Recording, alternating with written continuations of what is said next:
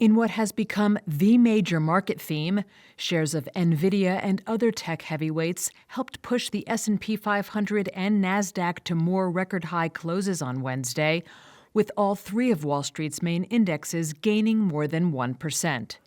It was the Nasdaq's seventh straight record-high close and the S&P 500's sixth straight.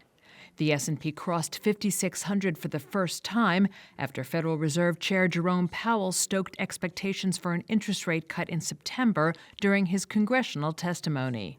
Baird investment strategist Ross Mayfield said he was encouraged to see that with inflation pressures easing, Powell is now showing concerns about a weakening labor market. You want to see signs that the Fed is at least acknowledging, if not explicitly, starting to cut rates tomorrow, that the labor market weakness is something they're concerned about, that it's no longer a major pressure on inflation, which I don't think it is.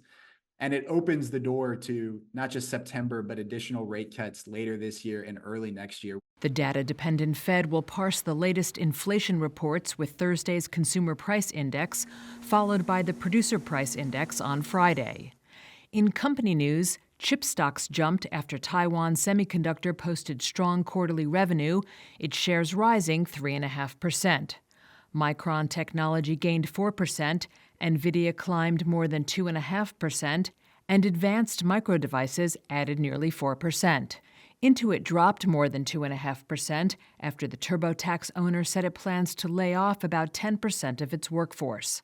And shares of Apple climbed nearly 2% to a record high, lifting its stock market value to $3.6 trillion.